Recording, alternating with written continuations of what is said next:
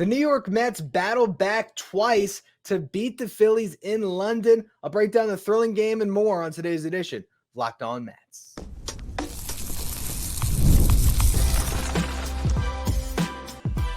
You are Locked On Mets, your daily New York Mets podcast. Part of the Locked On Podcast Network, your team every day.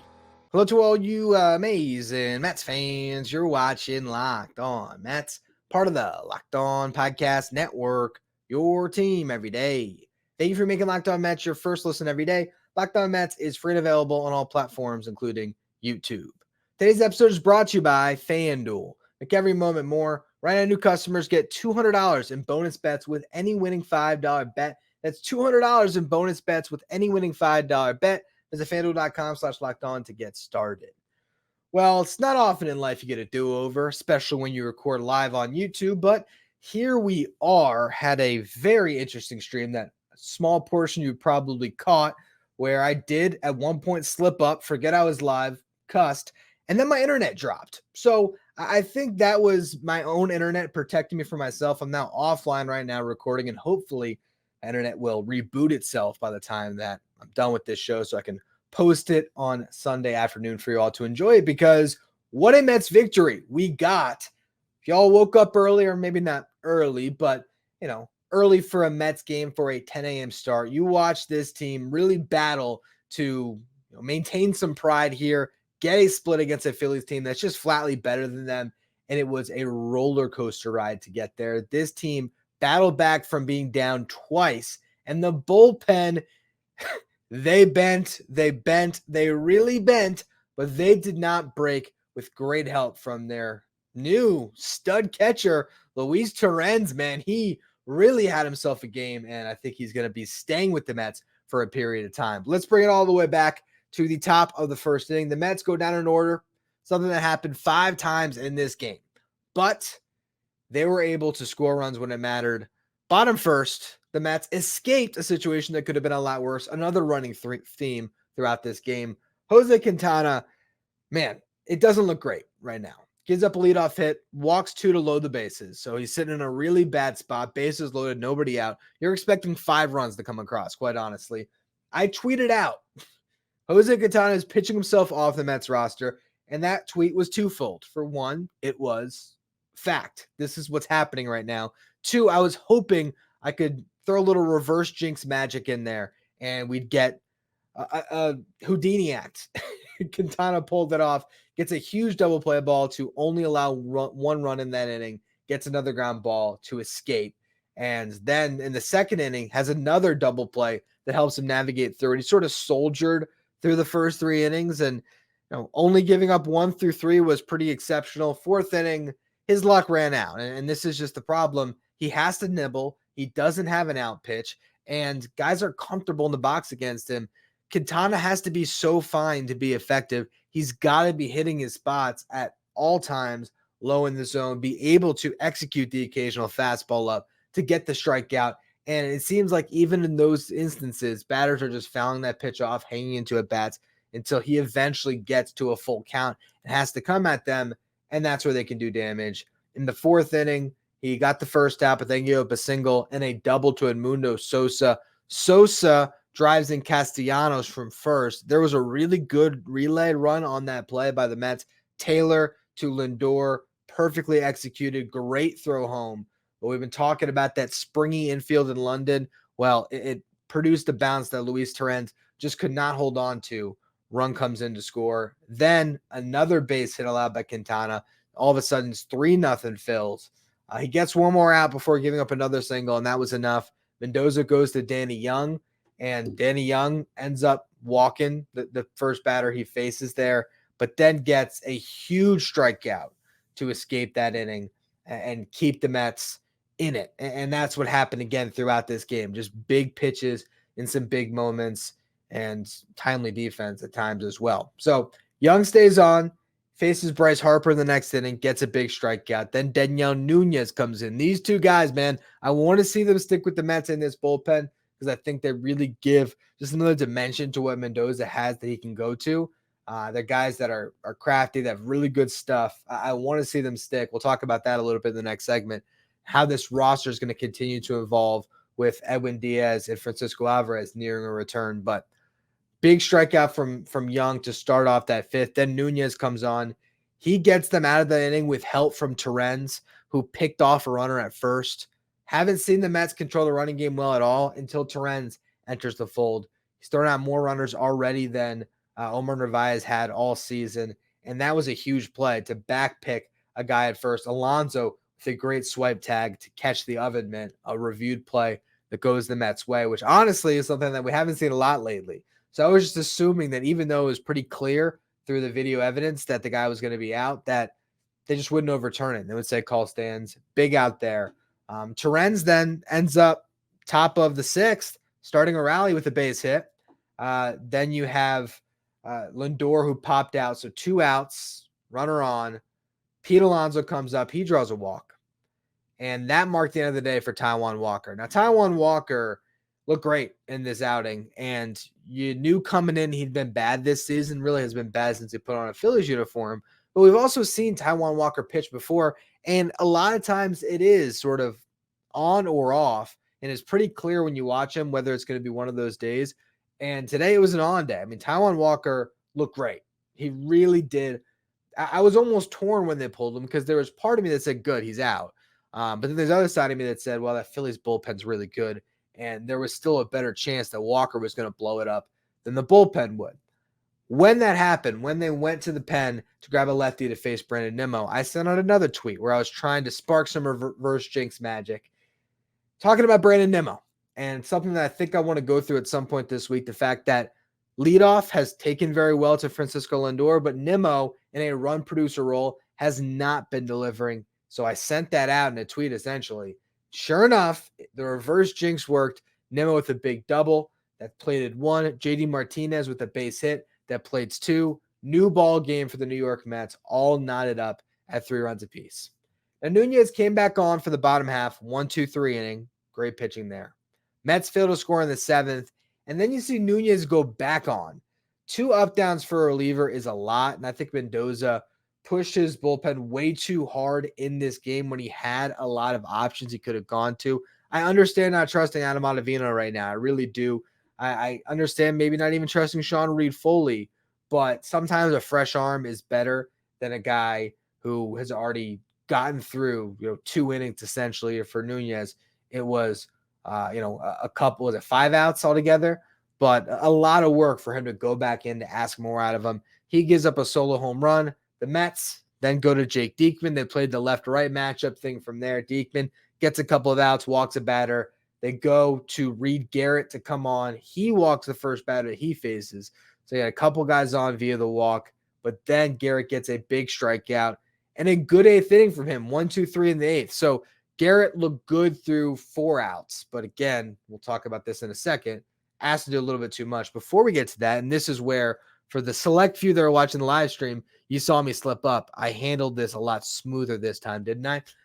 Top of the 9th, the Mets rally and they take a lead. Tyrone Taylor, an exceptional at bat to draw a leadoff walk. Jeff McNeil, wanted to see him get some hits. He gets a couple in this one, and this is the type of hit you want to see from McNeil. The first one was sort of a bloop flare that got in between the infield and outfield and stuck for a hit. This one, hard ground ball, finds a hole. That's Jeff McNeil's game. That's what they wanted to get back to. And a big spot to get a hit there, put runners at the corner, nobody out. And Mark Vientos comes up. And they said on the broadcast, he has cut down his strikeout rate, and he falls behind 0-2, and that's a moment that you cannot strike out. You strike out, the double play at the end of the game is in order. Even if you hit into a double play ball, fine, do it. You score a run, you live to fight another day. And Vientos comes up big, hits a chopper to Alec Bohm. Bohm tries to make an exceptional play, barehanding it on the hop up, but again, that infield, very tough to play. And that's what you got to do, especially in those circumstances. You got to know it's not easy to play defense in a ballpark that was just built overnight practically. So put the ball in play, see what happens. Great job by Vientos. Everyone's safe. The Mets tie the game. And from there, they continue to rally. Luis Torrens draws a walk to load the bases after, I think, falling behind in that count. So great at bat. Lindor strikes out, so tough spot for him. Here comes Pete Alonso, 1 out, bases juiced. Will he come through I thought he had a really good at bat because it looked bad early, but he held in there. He extended it, and he ultimately gets hit by a pitch with the bases loaded. That gives the Mets the lead. Then all of a sudden, you got Nimmo up, and a pass ball, which was a godsend by the Phillies, allows the Mets to score another run. Jose Alvarado was all over the place, and the Mets took advantage by being very selective. He ends up getting out of it without too much damage because it could have been worse, but the Mets had a lead, and it was all about holding on to it in that ninth inning. And boy, was that scary to see Reed Garrett come back out, and I'm just thinking, what other option did the Mets have? Like, who's even up? And then you see it's Drew Smith, and it's like, all right, I guess fresh arm, but is Drew Smith going to be the answer? Garrett gives up a leadoff hit, gets a pop out, then he hits Real Muto with the pitch. Here comes Drew Smith to face Bryce Harper. How about that for a really tough spot? And I was thrilled when Harper just ripped a single because it wasn't an extra base hit. It wasn't a double. It wasn't a home run. The game was not gone. It was bases loaded, 6-4. The Mets still had a chance. And then, it was bases loaded 6-4. The Mets still had a chance. Smith ends up walking in a run. So now we're all nervous, right? 6-5, bases juiced, 1 out. And you want a double play ball to end it. Nick Castellanos up. And Smith is hammering him with cutters. Eventually, he gets a ball that's chopped right in front of home plate. Really weird bounce off of that artificial turf. Torrens fields it, and I saw everything that could have gone wrong. I saw Torrens throwing straight to first, not touching home first, and the tying run scores, and you just get 1 out. I saw Torrens touching home and sailing a throw to Pete Alonso, and 2 runs come in, and you end up losing anyway. I saw everything that could have gone wrong, and guess what? What needed to happen did. Torrens with an exceptional play, touching home, going to first. Great throw to first. I thought Pete Alonso dug it out because he had a great game defensively, by the way. Alonso did. And I thought that was another really good play by Pete where he, I thought, had a nice scoop, but it wasn't even. Torrens got that throw there on a line. And it was, touching the plate, sort of going away. Maybe he got cleated on the slide into the plate. Didn't matter. Great throw. We got to talk about Torrens in this next segment here because he's a guy that I think should stick with this Mets team. But to see them find their way through it and get a victory, that is massive because you carry over that momentum again into a stretch where the Mets can play some good baseball against some teams they should beat, particularly in July. But coming up here, you got a series against the Marlins. Take advantage of it, and this Mets team might just fight their way back into the race. I want to talk about the reinforcements coming in Francisco Alvarez and Edwin Diaz. Should Torrens stay over Nido? That's the main topic. But there's some branching off points from that. So we'll get to all of it in just a minute. First, though, a word from our sponsors. Today's episode is brought to you by SupplyHouse. Get supplies from the site that's made for skilled trades, SupplyHouse.com. SupplyHouse.com is the reliable way to order plumbing, HVAC, and electrical products online. The easy-to-use website is packed with helpful resources and the latest product info to help you get the job done right. Get expert support and industry-leading service from the friendliest folks in the business and talk to a real person every time. Pros in the skilled trades can get a competitive edge by joining Supply House's free Trade Master program, where every Trade Master gets access to a dedicated phone line, gets free shipping, and discounts on every order. Join the thousands of trade pros already benefiting from their free membership at supplyhouse.com/T-M and order plumbing, HVAC, and electrical supplies from anywhere with just a few clicks at supplyhouse.com. Today's episode is also brought to you by FanDuel. It's winner take all time in the NBA and NHL, and FanDuel is giving you a shot to bring home a big win of your own. Right now, new customers get $200 in bonus bets with any winning $5 bet. That's $200 in bonus bets that you can use on spreads, money lines, player props, and more. You got the NBA Finals tonight. You can throw $5 on the Celtics to win. If they do, you get those $200 in bonus bets guaranteed. And then on Tuesday, when the Mets get back in action, I believe it's McGill on the mound, you can take his over on strikeouts in a same-game parlay with Francisco Lindor to get a couple of hits and the Mets to win. All of that happens. You win big.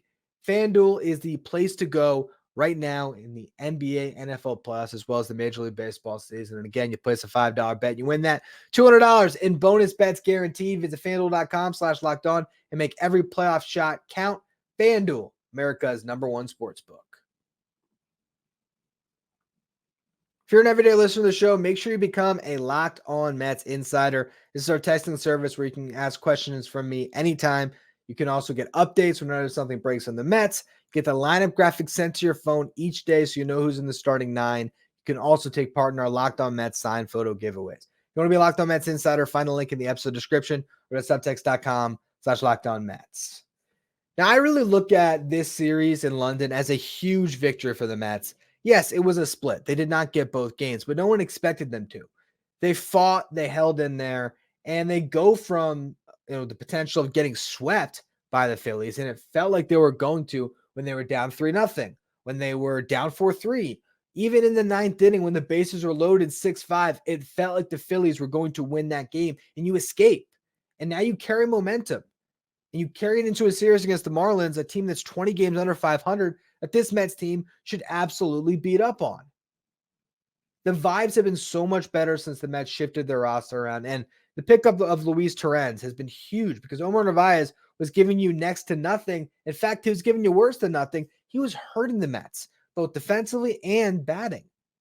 Torrens, despite the fact that Nido has looked really good this season, in my opinion, probably the best we've seen of Nido throughout his career, Torrens is looking like a guy that could be a starter in this league. I mean, he looks sensational. Defensively, he's framing well, and he's using his arm to really create some big outs for the Mets, which is awesome. I mean, to see him with that back pick today, the double play ball, the defense has really been there for Torrens. I think it says something that they went to him to start both games of this London series. I think it's twofold. For one, it shows how much they like him. Two, I think it shows that they wanted to see more of him because Francisco Alvarez, who had to attend to some family matters in Venezuela, came back and is apparently going to play for Brooklyn today, I guess, unless he already has. I'm not sure what their schedule was. And there is some thoughts that Alvarez could be ready to go for this upcoming series on Tuesday. So if he comes back, the Mets have some decisions to make, and I just can't see them all of a sudden after finding this guy just DFAing him. And you don't have an option here to hold on to Torrens. So I believe it's going to be Torrens that actually becomes Alvarez's backup catcher. And I was not thinking that as recently as last Tuesday. Honestly, I thought, all right, Torrens maybe sticks around for the rest of this week. But you know what? 2 home run game to close out that series in DC. Hits in both of these games.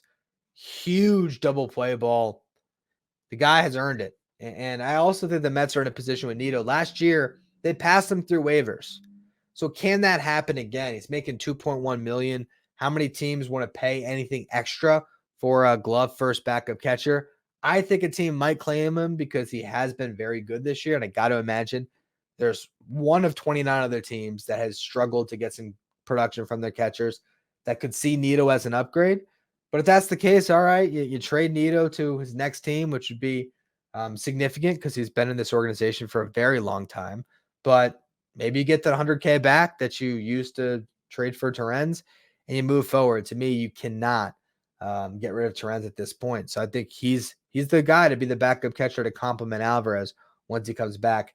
There is a world where I see the Mets keeping 3 catchers for a short period of time.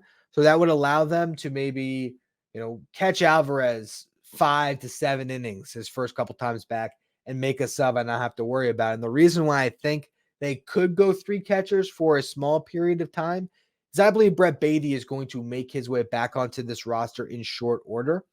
And I could see the Mets maybe having a third catcher as a placeholder and optioning DJ Stewart.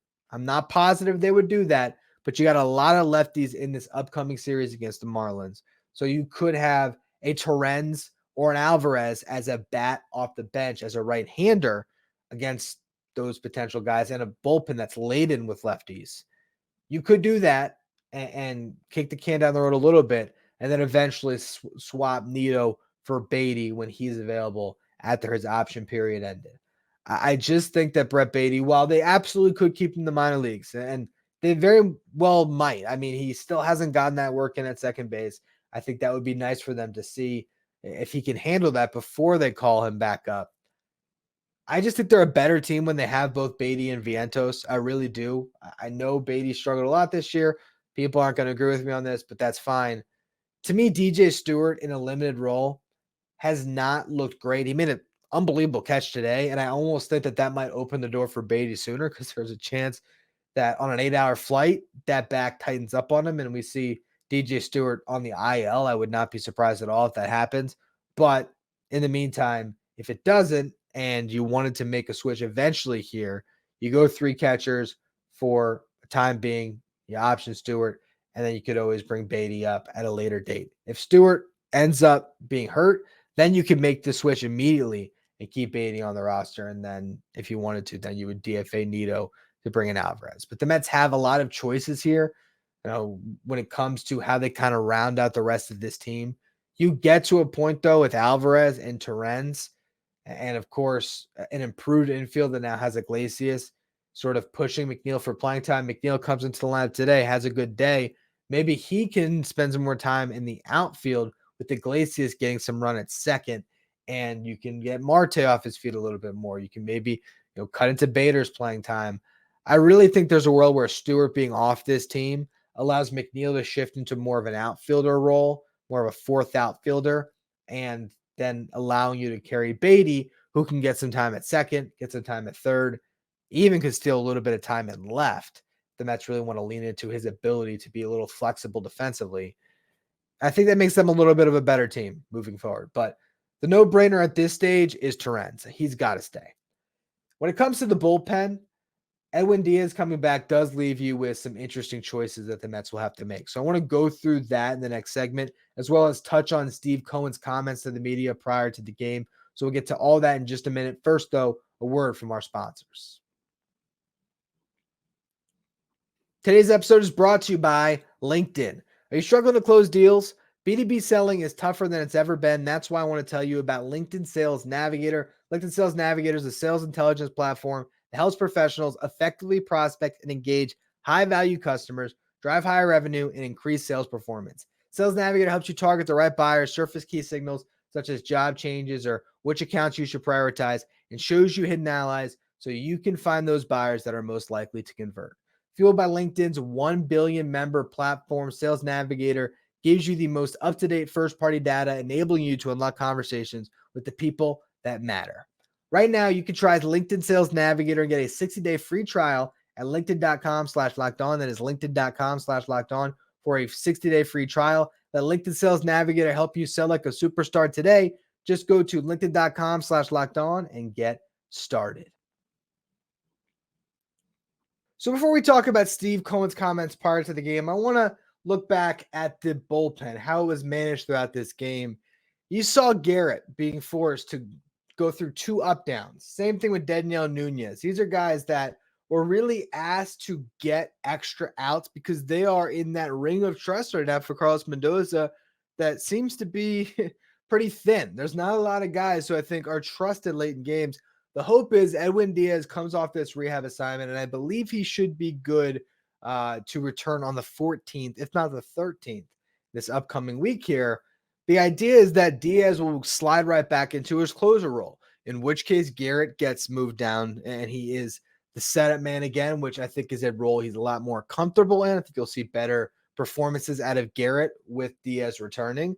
Daniel Nunez might be another guy that's trusted in leverage, which I really hope is the case. I would hate to see the Mets option Nunez to get Diaz back, because I think Nunez just adds a wrinkle that this bullpen needs. They need another guy who just has that fastball slider combo on lock that will pound the zone. I think he gives them that, plus another guy that can give them multiple innings. So if Nunez is there, if Garrett's there, Diaz, I don't think they would actually cut an Adam Ottavino or a Jake Diekman.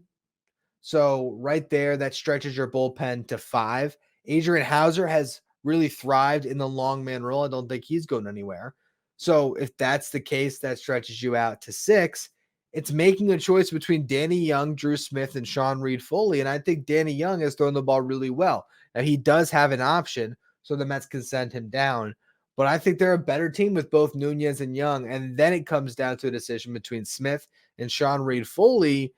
And if and when you decide to go to a 6-man rotation, then it gets even more complicated with you having to get rid of another one of those guys or having to option a Young or a Nunez. So I believe the Mets have found something by adding these 2 relievers into their pen. I hope they stay, but a lot of tough decisions ahead as the Mets sort of figure out what this third or fourth look on their roster is. There's been, of course, the constant roster churn when it comes to pitchers, but we've sort of seen in waves the team take a different shape. And losing Alvarez was big. It was Narvaez and Nido, and now it's Nido and Torrens, and hopefully soon, once again, it is Alvarez with Torrens as his new backup.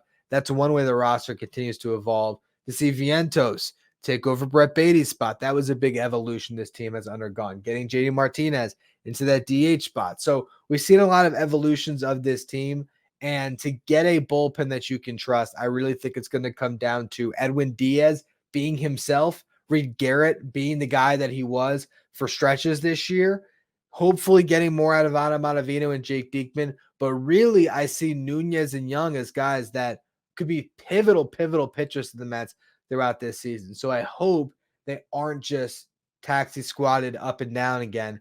Hopefully this is a long stay for those guys in the bullpen, because they both came up in some big moments in this London series.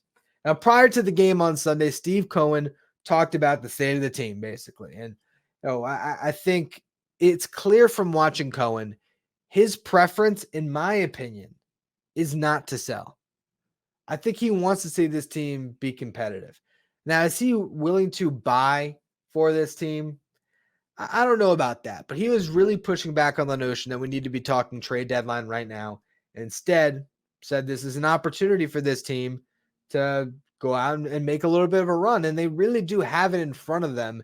Feels like they've been through the worst of it, and now if they can play well and keep their head above water in June, if they can win this next series against the Marlins, and what was that after that? I think the Rangers after that, if they can continue to play some good baseball, they go to Chicago on point this month. They have a couple games against the Yankees.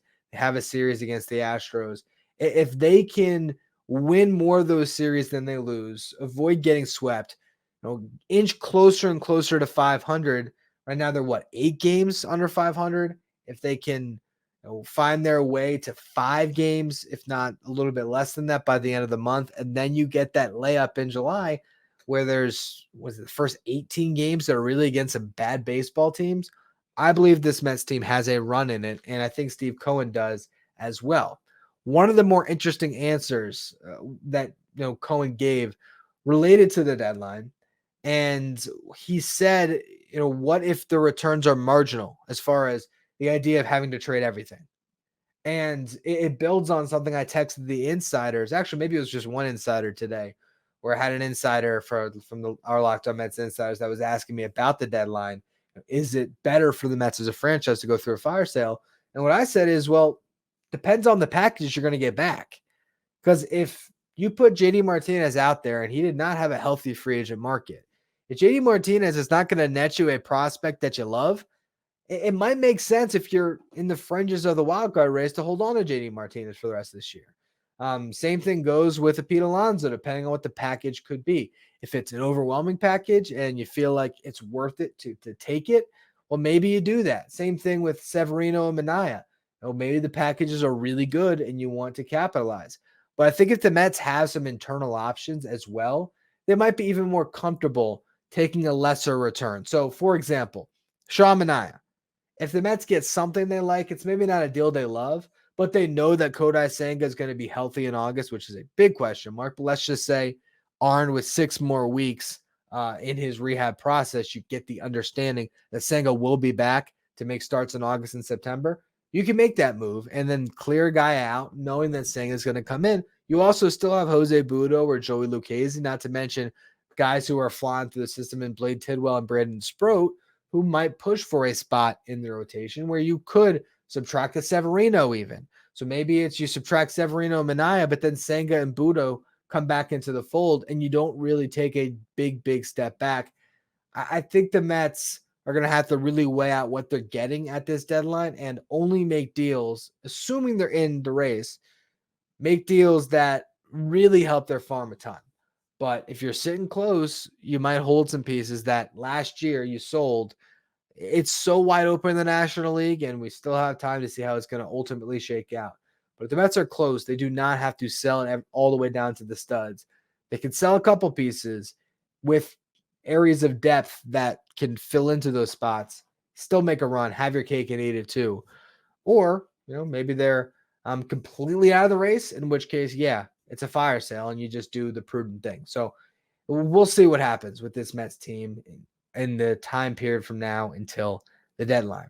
Other things that are interesting from Cohen, still was asked about the hotel, the casino, all the stuff they want to build up around the ballpark, and said they need an economic engine behind it to make that happen. So don't expect that stuff to all get put into place soon. I hope it eventually does come through because it'd be cool for the fans to be able to have an experience a little more similar to what you see in other ballparks around the country, with sort of an environment around the park. But it seems like it's going to be a nightmare to actually get that thing built.